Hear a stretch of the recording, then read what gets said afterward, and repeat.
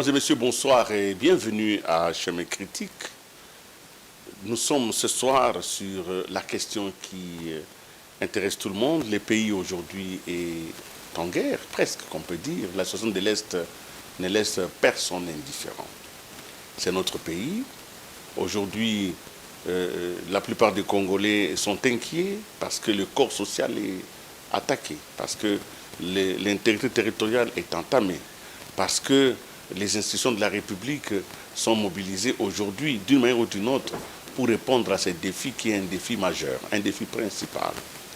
Et entre-temps, l'inquiétude grandit parce que, entre-temps, les commerces des malentendus prospèrent et l'angoisse est partagée plutôt que l'information. Il nous faut donc avoir la bonne information, la bonne analyse, pour que chacun d'entre nous s'interroge quel est son devoir. Le nôtre ce soir, c'est de vous informer, de trouver des mécanismes pour que vous compreniez ce qui arrive dans le pays et ce que vous pouvez faire en tant que citoyen. Nous avons donc choisi Chemin Critique ce soir pour parler de l'actualité la plus récente, celle du Conseil de sécurité qui s'est réuni pour la 3e fois en 2 mois, pour pouvoir parler de notre pays. Tous les pays du monde réunis dans cet organe des Nations Unies qui est un peu comme le gouvernement mondial, s'est réuni, vous l'avez suivi. Et nous voulons savoir à peu près quelles sont les différentes initiatives qui sont prises à gauche et à droite pour que la paix revienne. La paix est essentielle à notre survie, à nous tous. La paix est essentielle pour les militaires, la paix est essentielle pour les civils. La paix, c'est le fondement du développement. Mais la paix doit aller de pair avec la dignité, la droiture et l'intégrité. C'est comme ça que j'ai appelé aujourd'hui l'un des Congolais, ceux qui parlent aujourd'hui, qui ont le courage d'exprimer, parce qu'ils sont restés sur la même ligne depuis des mois. J'ai appelé donc Hervé Ekombolo. Bonsoir. Bonsoir, monsieur. Merci d'accepter cette invitation. Vous êtes, pour ceux qui ne le savent pas, les coordonnateurs de la dynamique Alima. Alima, c'est un mot lingala qui signifie droiture et intégrité, discipline. Nous avons besoin de discipline dans nos pensées, dans notre façon d'appréhender cette situation. Nous avons besoin de discipline dans notre capacité à réagir parce que la crise devrait en principe produire le meilleur de nous-mêmes pour qu'on y fasse face. La crise ne doit pas être la production de la peur. Merci donc d'être là avec nous aujourd'hui. Et quelle est la dernière information qui vous taraude l'esprit? Qu'est-ce que vous voulez dire en premier lieu directement à la population? Déjà, le sentiment d'impuissance, le sentiment du désespoir qui est aujourd'hui observé dans la population. Les gens ne savent pas quoi faire. Chacun exprime sa pensée.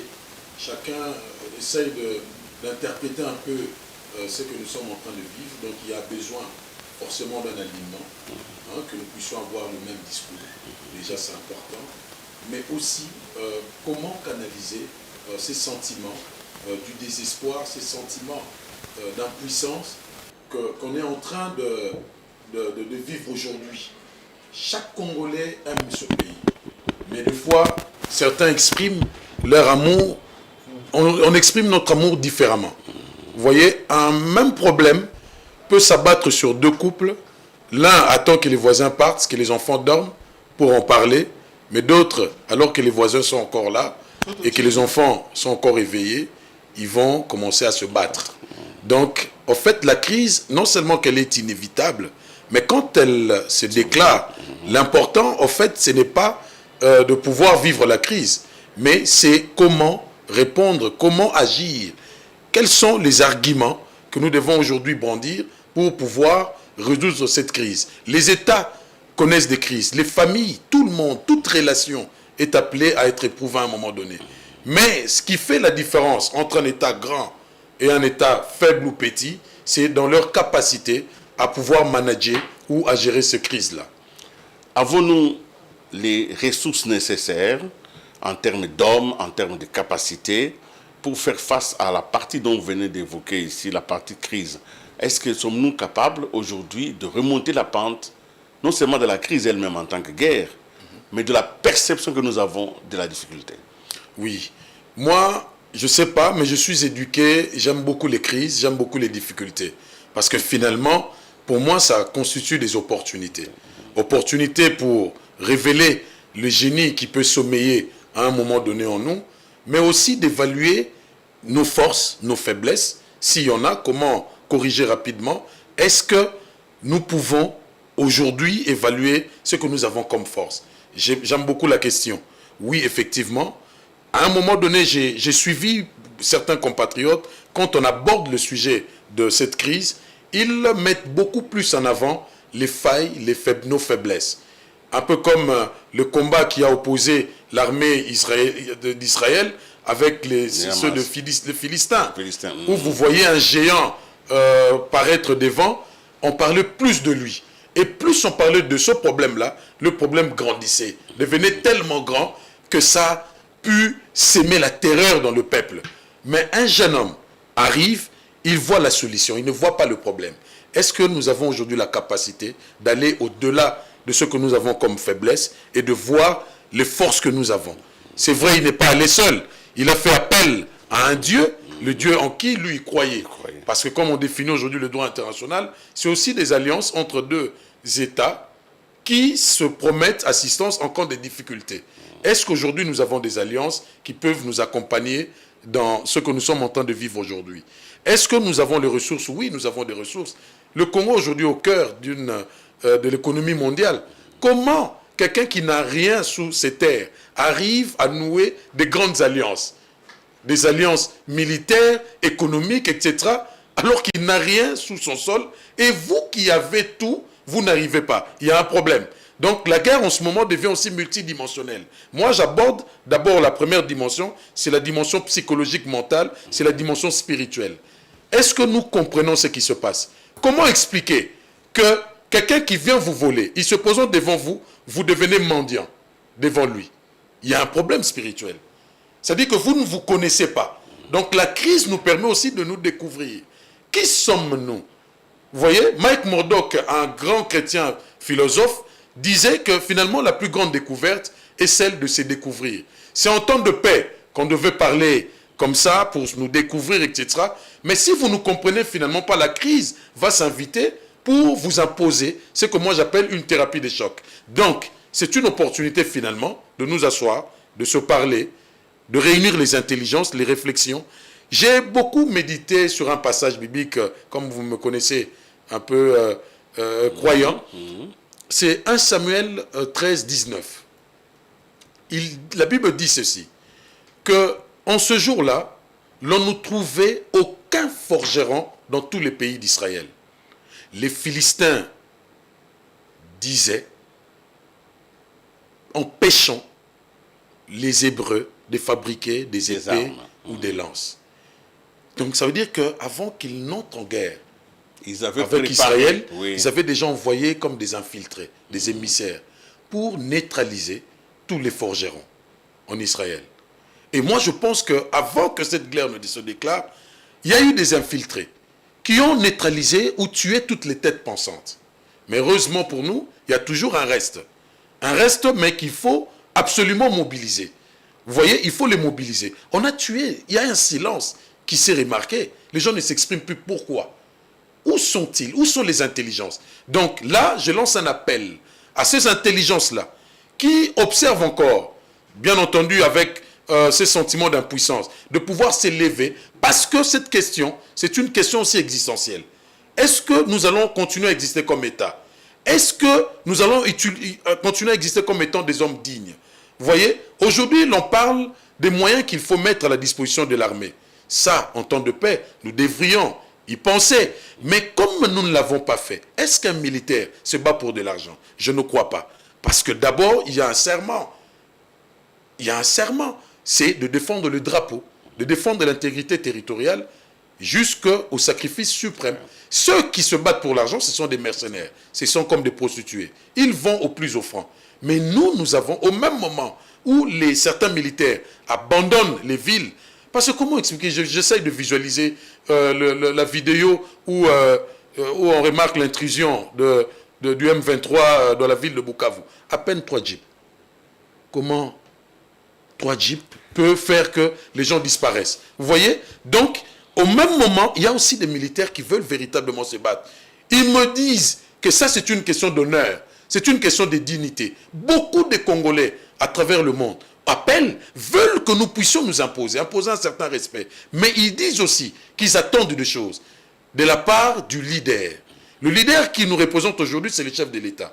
Donc, il y a aussi des responsabilités. Il faut envoyer des signaux forts qui vont redonner un regain d'espoir au peuple pour que nous puissions nous aligner, finalement pour que nous puissions regarder dans la même direction. C'est vrai, nous avons nos guerres internes, nous pouvons ou ne pas apprécier ou épouser la vision, les failles, il y en a, de notre côté, tout comme de la part de nos dirigeants, mais nous avons aujourd'hui un ennemi commun. Un ennemi qui veut nous anéantir. Parce que finalement, cette rébellion n'a aucune base idéologique par rapport à la personne qui mène. Mais beaucoup plus, nous voyons que c'est une rébellion de prédation, de soumission, comme une forme de colonisation, comme une forme de vous dire que par vous-même, vous ne pouvez pas trouver des solutions. On vous empêche même de réfléchir, parce qu'il y a eu un travail. Nous sommes attentistes, nous courons partout. Je vais donner un petit scénario. La maison est agressée. Il y a des enfants qui ne vont pas forcément se battre, parce qu'ils ont peur. Mais il y a aussi d'autres qui vont crier. Un peu comme la diplomatie est en train d'agir aujourd'hui, les évêques, fils du pays, nos pères spirituels vont un peu partout pour trouver la solution. Il y a ceux qui savent parler, qu'ils parlent. Un peu comme la ministre aussi des Affaires étrangères, qui a forcé aujourd'hui mon admiration. Mais il y a aussi d'autres qui savent manier les armes, qui doivent absolument les utiliser, les manier. D'autres doivent réunir ce que nous avons comme possibilité, moyen, pour pouvoir faire face à cette guerre. C'est comme ça que le chef de l'État va lancer finalement un de signal, en tout cas, un des signaux qu'il a lancé, c'est de pouvoir réduire le train de vie des institutions. Nous lui disons effectivement, en temps de crise, parce qu'en temps de paix, il y a des gens moyens ou bons, mais en temps de crise, ils peuvent aussi prouver leurs insuffisances. Donc il nous faut un gouvernement à une taille réduite, un gouvernement de crise, des circonstances. Nous avons proposé au sein d'Alima 20, maximum 25, qu'il n'y ait pas de vice-présidents. Des ministères non essentiels doivent tomber, d'autres on peut les rassembler, mais aussi on peut surseoir les assemblées provinciales, le Sénat, etc., pour voir comment nous pouvons réunir les moyens conséquents pour mettre à la disposition de nos militaires qui sont disponibles et qui nous rassurent qu'ils peuvent faire cette guerre. Je suis d'accord, au même moment où les solutions, les initiatives sont en train d'être prises, mais aussi c'est que les nations qui pensent obtenir la paix par l'abondant, finalement, elles ne les obtiennent pas. Ce qu'elles obtiennent, c'est des nouveaux maîtres. Mais nous ne connaissons pas leur capacité de nuisance. Mais nous avons une idée. Parce que nous avons vécu en 97, un peu l'intrusion de l'AFDEL, ce qu'ils ont fait, ce qu'ils sont capables. Et pendant toutes ces années, certainement qu'ils se sont préparés. Est-ce que nous, on s'est préparés pour faire face à cela? Merci, M. Hervé Ekumbolo. Je vous ai laissé le temps de parler parce que c'est le temps de la parole courageuse, c'est la parole audacieuse et c'est la parole intelligente. Et je crois que vous avez dit exactement ce que vous voulez. Vous avez cité tout à l'heure la ministre des Affaires étrangères. Vous avez dit que vous la découvrez en admiration. C'est parce que justement, au cœur du système des Nations Unies, un troisième conseil de sécurité a eu lieu. Et nous allons suivre ce que Madame la ministre des Affaires étrangères, Madame la ministre d'État, a exprimé hier à la tribune des Nations Unies, ce qui va me permettre de vous poser une question. Déjà, je vous la pose avant qu'elle ne parle. Que pouvons-nous attendre du Conseil de sécurité? Est-ce que peut-on avoir une alliance objective pour la solution à ce problème? Mais d'abord, suivons cette dame. Mba Wagner, ministre d'État, ministre des Affaires étrangères, de la coopération internationale, de la francophonie de la République démocratique du Congo.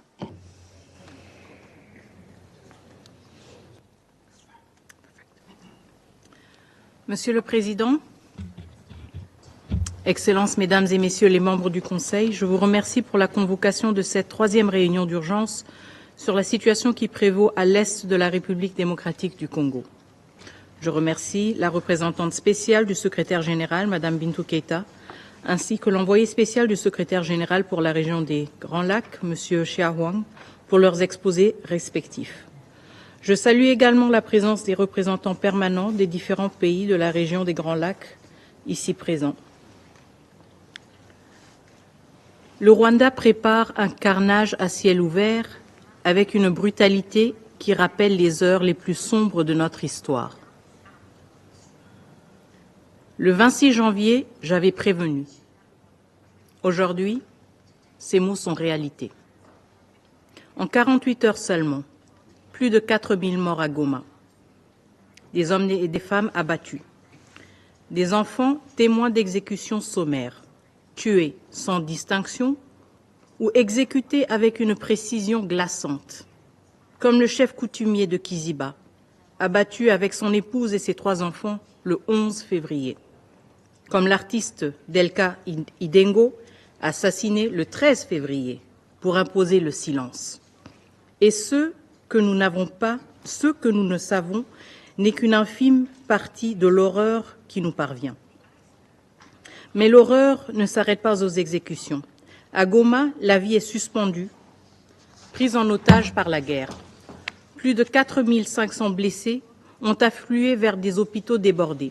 500 corps ont été retrouvés calcinés dans la prison de Munzenze après des exécutions en masse. Chaque jour, la Croix-Rouge et le CICR ramassent des cadavres dans les rues, tandis que les morgues dépassent leurs capacités. Dans des camps de fortune, les cas de Mpox, choléra et rougeole se propagent, menaçant des milliers de déplacés sans accès à l'eau potable. Ceux qui survivent risquent de mourir autrement, sans aide, sans soins, sans évacuation. Les humanitaires sont pris pour cible, l'accès aux sinistrés bloqué.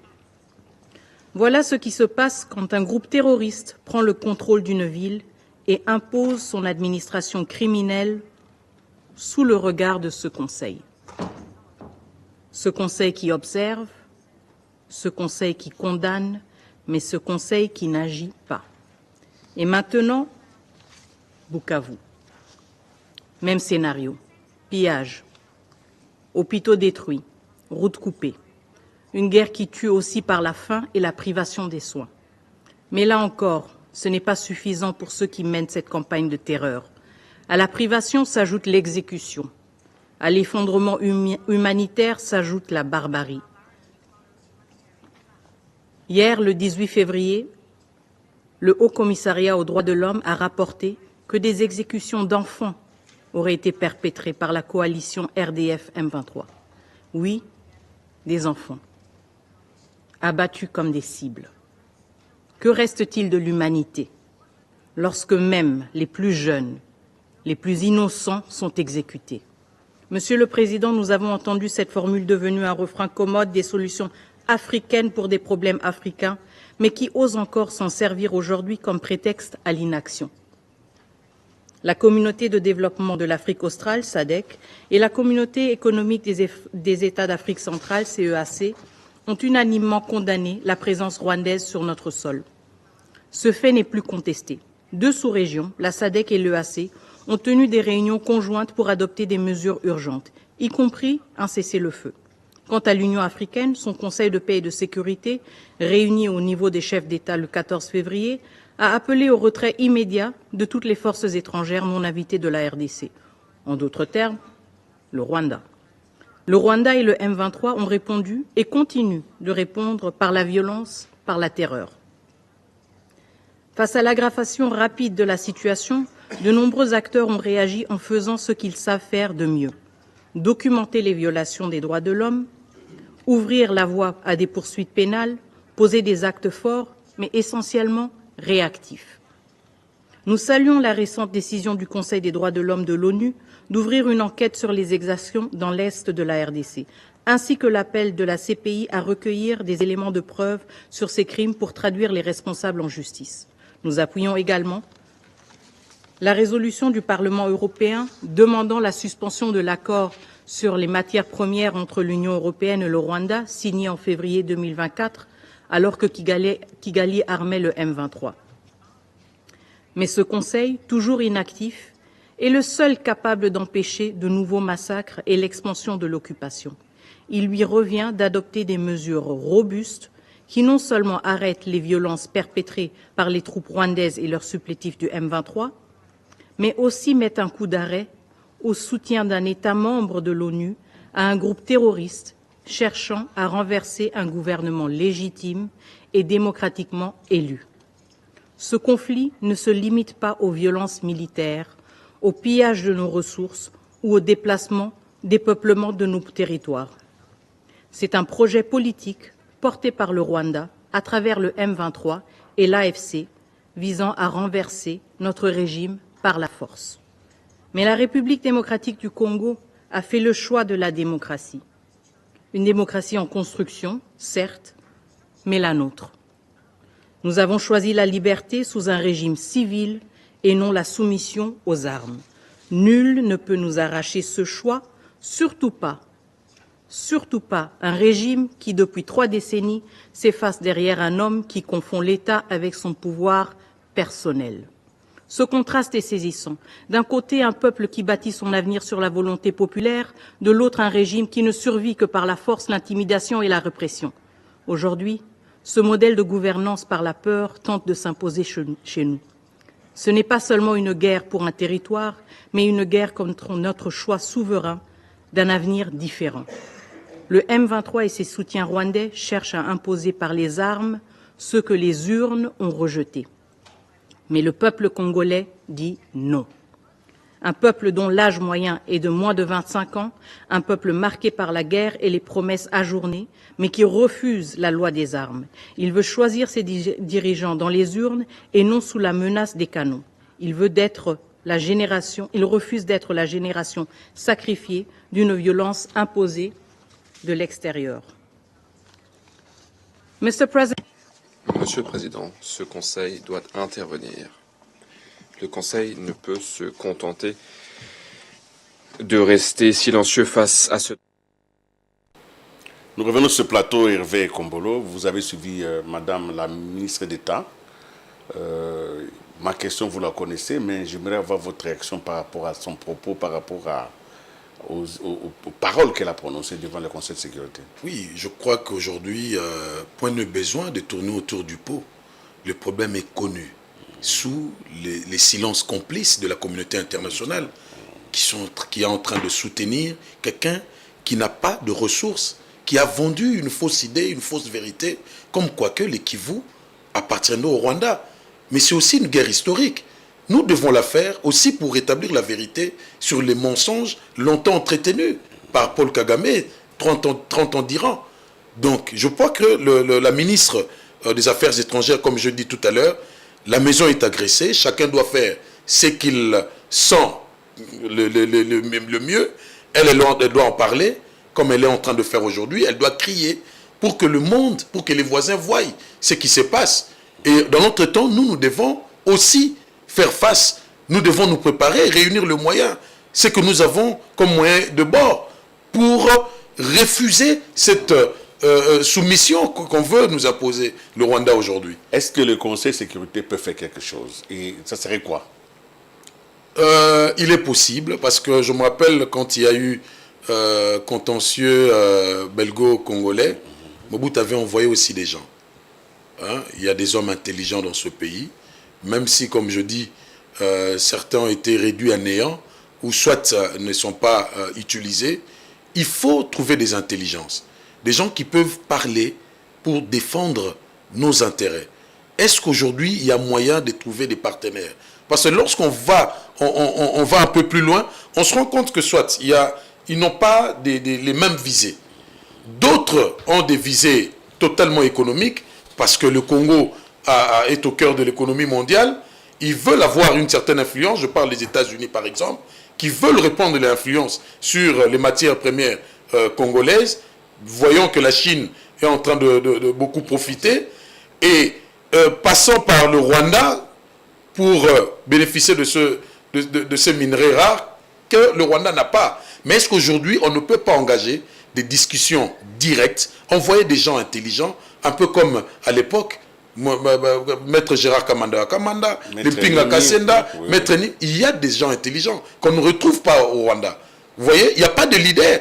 Ils n'ont pas de leader comme Lumumba. Ils n'ont pas Simon Kimbangu. Comment nous, on va manquer ces gens-là aujourd'hui qui peuvent porter véritablement la cause congolaise? Parce que Paul Kagame va partir, mais il va laisser des moments difficiles. Non seulement au Rwanda, mais également dans toute l'Afrique. Parce qu'aujourd'hui, l'Afrique se doit d'être une. Parce qu'on doit se développer ensemble. Rappelez-vous Fanfano, ce qu'il avait dit.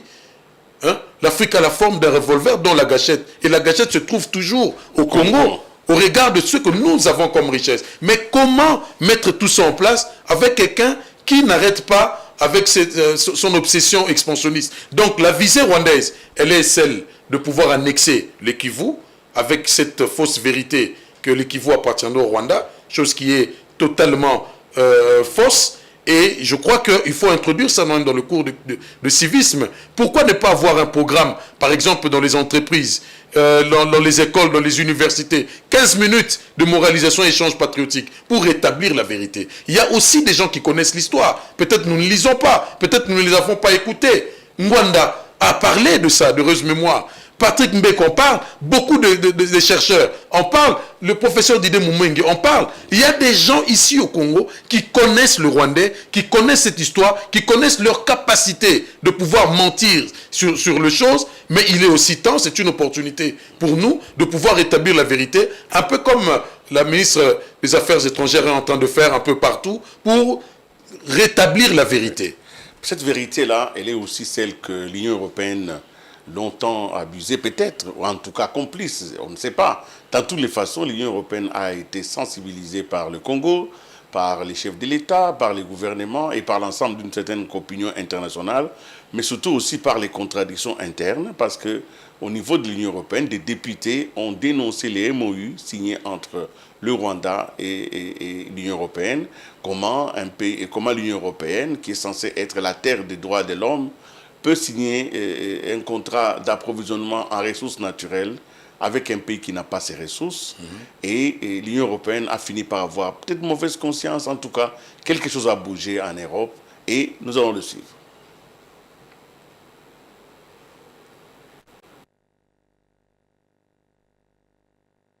Sur l'escalade de la violence dans l'Est de la RDC est très largement adoptée ce jeudi par le Parlement européen.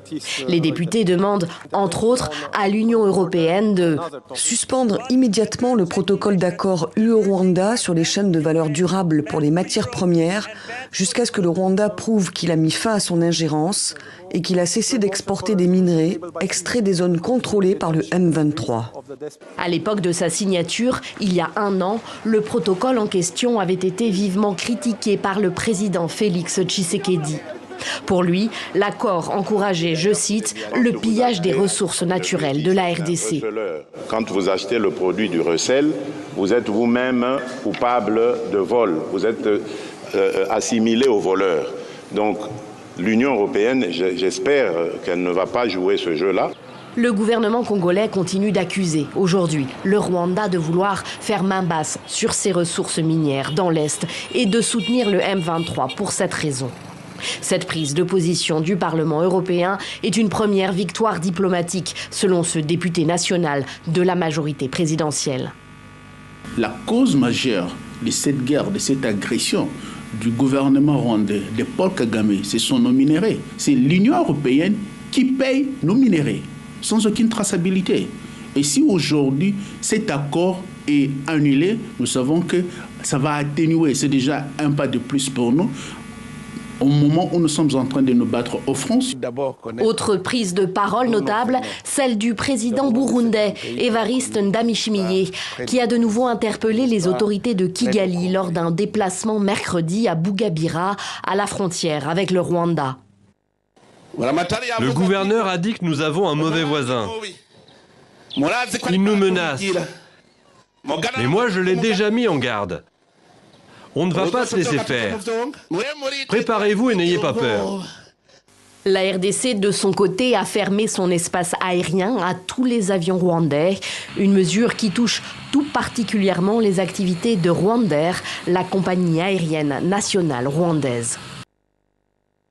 Voilà, ça bouge en Europe, ça devrait bouger aussi chez nous, mais la question, chacun va faire sa part, et je voudrais qu'on revienne à la dernière partie de cette émission. On n'a pas beaucoup de temps, vous savez, c'est aussi l'initiative que faire maintenant.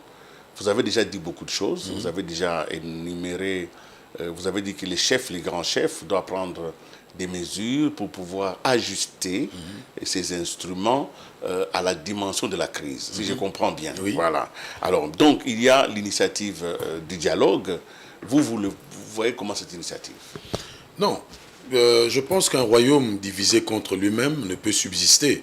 Donc il y a lieu aujourd'hui, effectivement, de pouvoir réunir les intelligences, toutes les forces vives de la nation, ceux qui voient un peu les choses comme nous aujourd'hui, c'est que nous devons refuser cette soumission des plus. Alors, en ce moment-là, il y a des acteurs politiques en vue qui veulent aussi qu'on en finisse. Ça date de plus de 3 décennies.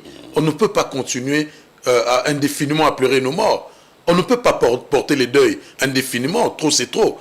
Il faut qu'on s'arrête. Mais nous-mêmes, nous devons avoir le même langage. Vous voyez, si nous sommes unis, je crois que nous serons invincibles. Et les solutions, les réflexions pour pouvoir nous sortir de cette crise, elles viendront naturellement. Donc, que le chef accepte aujourd'hui d'aller, par exemple, voir Martin Fayoulou. On n'attend pas ça n'attend pas. D'aller voir Kabila, d'aller voir Katumbi, d'aller voir tous les acteurs politiques en vue. Et pourquoi pas nous voir aussi, vous voyez, parce qu'aujourd'hui, on a un défi, le défi aussi de l'écoute. Vous voyez, Pharaon avait 2 qualités qui ont fait qu'il puisse sortir de la crise. Parce que lui aussi avait connu une crise. La première qualité, c'était la rigueur. Il avait d'abord sanctionné ses propres collaborateurs. Et ce qui a fait qu'il puisse rencontrer l'homme solution, Joseph en prison. Mais la deuxième qualité, c'est l'écoute. Cette capacité de pouvoir prêter son oreille auprès d'un jeune homme qui sortait de la prison et qui plus est, était un juif. Vous comprenez? Aujourd'hui, il faut qu'il mette cette qualité-là à la disposition du peuple. Écoutez le peuple, écoutez toutes les voix, écoutez toutes les réflexions, mais aussi ne pas s'entêter à prendre des gens qui ne comprendront pas ce langage. On n'a pas besoin. Ceux qui pensent qu'ils doivent se terrer, hein, qui ont peur, il faut le mettre de côté d'abord pendant un moment, mais les fils maison qui estiment qu'ils doivent absolument mettre leur force, leur énergie à la disposition de la nation, ceux-là doivent absolument répondre à cet appel pour que nous voyions ensemble, hein, comme un bloc, comme un seul corps, un peu comme notre écolo, qui est en réalité écolo. Oui. Écolo, en Chiluba, c'est Chitunga. Chitunga, c'est le panier. Mais dans un panier de tomates, quand une tomate est affectée au-dessus, c'est toutes les tomates. Mais c'est aussi une opportunité de voir qui est avec nous et qui ne l'est pas. C'est aussi comme une forme d'épuration. Vous voyez? Nous avons longtemps décrié l'infiltration, la trahison, etc. Est-ce que ce n'est pas peut-être le moment où eux-mêmes sont en train de disparaître, sont en train de fuir, de sorte que les nouvelles énergies, des vrais Congolais, des vrais patriotes, finalement puissent prendre la parole et nous donner les solutions? Il y en a, un peu comme je dis, nous devons simplement changer notre façon de voir les choses. En lieu et place de voir le problème qui finalement est en train de grandir, voyons aussi la solution, réfléchissons en termes de solutions. Parce que on nous fait croire aujourd'hui que nous ne pouvons pas réfléchir par nous-mêmes, nous ne pouvons pas trouver des solutions par nous-mêmes. J'ai discuté une fois avec le professeur Dudé Moumengi, quand il aborde cette question de crise qu'il y a entre le Rwanda et le Congo, il donne une métaphore du moustique avec l'humain. Cet agresseur permanent qui n'arrête de déranger l'humain. Alors, le réflexe normal, c'est de pouvoir se protéger, soit par une moustiquaire, soit par l'insecticide. Mais ce n'est pas des solutions durables. Et puis, ces moustiquaires-là, vous allez vous rendre compte que ça vient de l'aide extérieure. On nous donne des moustiquaires, ça fait plus de 10 ans. Mais on ne nous dit pas comment résoudre ce problème. Et nous, on se contente de cette aide-là. Alors que la moindre des choses, c'est de mettre la propreté, c'est d'assainir l'environnement, c'est de réfléchir aussi par nous-mêmes. Comment nous n'avons pas pu, pendant toutes ces années, même proposer une économie de moustiquaires. Mais ça doit venir de l'extérieur. Est-ce que c'est gratuit? Est-ce que c'est réellement gratuit? Est-ce que ce n'est pas une façon de vous insulter? Que vous êtes incapable de trouver des solutions par vous-même? Est-ce que ce n'est pas une façon de nous dire que nous ne sommes pas propres? Mais c'est aussi une opportunité aujourd'hui de faire preuve de parcimonie dans la gestion, de faire preuve d'humilité, de faire preuve de grandeur. Écouter les autres, c'est le plus important. Que nous formions un bloc et demain, nous préparer pour éventuellement finir avec cette guerre. Dans le cadre de la paix, il y a cette initiative de la CENCO et de l'ECC, initiative très mal comprise peut-être, très mal expliquée, on ne sait pas. De toutes les façons, nous avons demandé grâce à notre confrère Christian Le Sakweno, à Monseigneur Cholet de donner une quintessence de cette initiative et nous allons terminer par là. Suivons.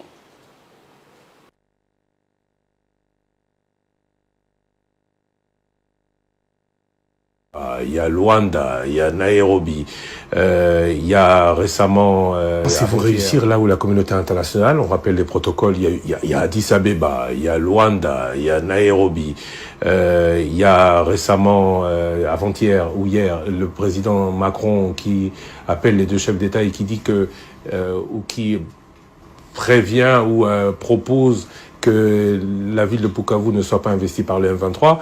Comment pensez-vous vous réussir là où les autres ne l'ont pas? Il ne s'agira pas d'une réussite pour nous. Ce sera le Congo qui va réussir ou le Congo qui ne va pas réussir. Et puis, ce que nous allons faire, justement, j'ai dit, ça se complète avec les efforts de la communauté internationale. On aura beau trouver une autre pacte, mais si on se limite à ce niveau-là, on n'aura pas répondu à certaines préoccupations de la sous-région. Voilà pourquoi la réussite, ce sera la réussite de tout le monde. L'échec sera l'échec de tout le monde. Revenons à ce qui a aussi fait couler beaucoup d'encre dans votre tournée. Comment s'est passée la visite chez le président Kagame? Elle était prévue de longue date Voilà, la réussite sera celle du Congo. L'échec sera celui du Congo.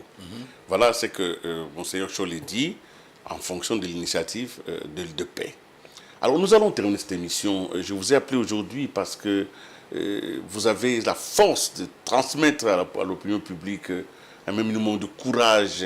Les gens doivent cesser d'avoir peur parce que la crise, certes, elle paralyse l'intelligence, mais elle ne doit pas paralyser l'amour que nous avons à l'égard de notre pays. Tous les pays sont en crise, tous les pays arrivent en crise. Vous avez donc un dernier mot, un message à transmettre en tant que coordonnateur de la dynamique Alima, droiture et intégrité. Voilà le message de la fin.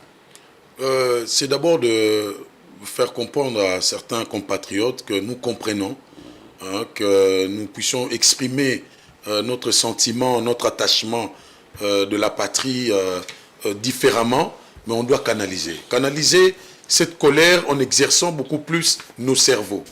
Et canaliser notre colère vers l'ennemi qu'on a aujourd'hui en commun. Pas contre nous-mêmes. C'est vrai, nous reconnaissons qu'il y a eu des failles, il y a eu à un moment donné du mépris, de l'arrogance, mais est-ce le moment à prêter pour que nous puissions nous régler nos comptes alors que l'ennemi est en train d'avancer? Alors le réflexe normal aujourd'hui en tant que Congolais, en tant que patriotes, c'est de pouvoir taire nos égos, taire nos frictions, nos différends et combattre l'ennemi et ensuite revenir, un peu comme la piste qu'est en train de proposer les évêques, pour que nous puissions nous asseoir, thérapeutiser nos problèmes en interne, nos blessures, parce qu'il y a eu beaucoup de frustration, mais à un moment donné, nous lever pour finalement imposer le respect par la force que nous allons puiser de ce désespoir, de ces sentiments d'impuissance, parce que souvenez-vous, les grandes nations, les grands leaders naissent dans des moments de crise. Vous voyez, il ne faudrait pas que cette crise puisse nous anéantir. J'ai suivi un peu l'histoire américaine. Il y a 46 présidents, chefs d'État américains qui se sont succédés, mais on parle beaucoup plus d'une dizaine qui se sont véritablement démarqués. Mais ils se sont distingués dans des grands moments de crise. Quand on parle d'Abraham Lincoln, on voit tout de suite l'abolition de l'esclavage. Vous voyez, quand on parle de Truman, quand on parle de Roosevelt, Deuxième Guerre mondiale, c'est dans les moments de crise. Ça arrive, mais il faudrait que le chef de l'État aujourd'hui, s'il tient réellement à rentrer dans les annales de l'histoire de ce pays. Il faudra à un moment donné voir comment régler cette affaire pour que le pays véritablement puisse gagner. Merci beaucoup Hervé Ekombolo, coordonnateur de la dynamique Aliment, droiture et intégrité. En tout cas aussi d'avoir été surtout sur ce plateau, mais d'avoir surtout transmis ce message de force. Une société, elle doit se lever, faire face aux défis. Le temps n'est pas venu des conjonctures, des haines. Chaque Congolais doit savoir que c'est la vie qu'il protège, c'est la vie de la nation. Mesdames et messieurs, merci donc d'avoir été avec nous sur ce plateau. J'étais heureux de recevoir un jeune, quelqu'un qui j'espère que ce qu'il a dit ici va être vraiment suivi par les autorités. Développons donc l'écoute, développons la rigueur pour que les instruments que nous apprêtons pour pouvoir les adapter à la crise soient efficaces. Au revoir et à la prochaine.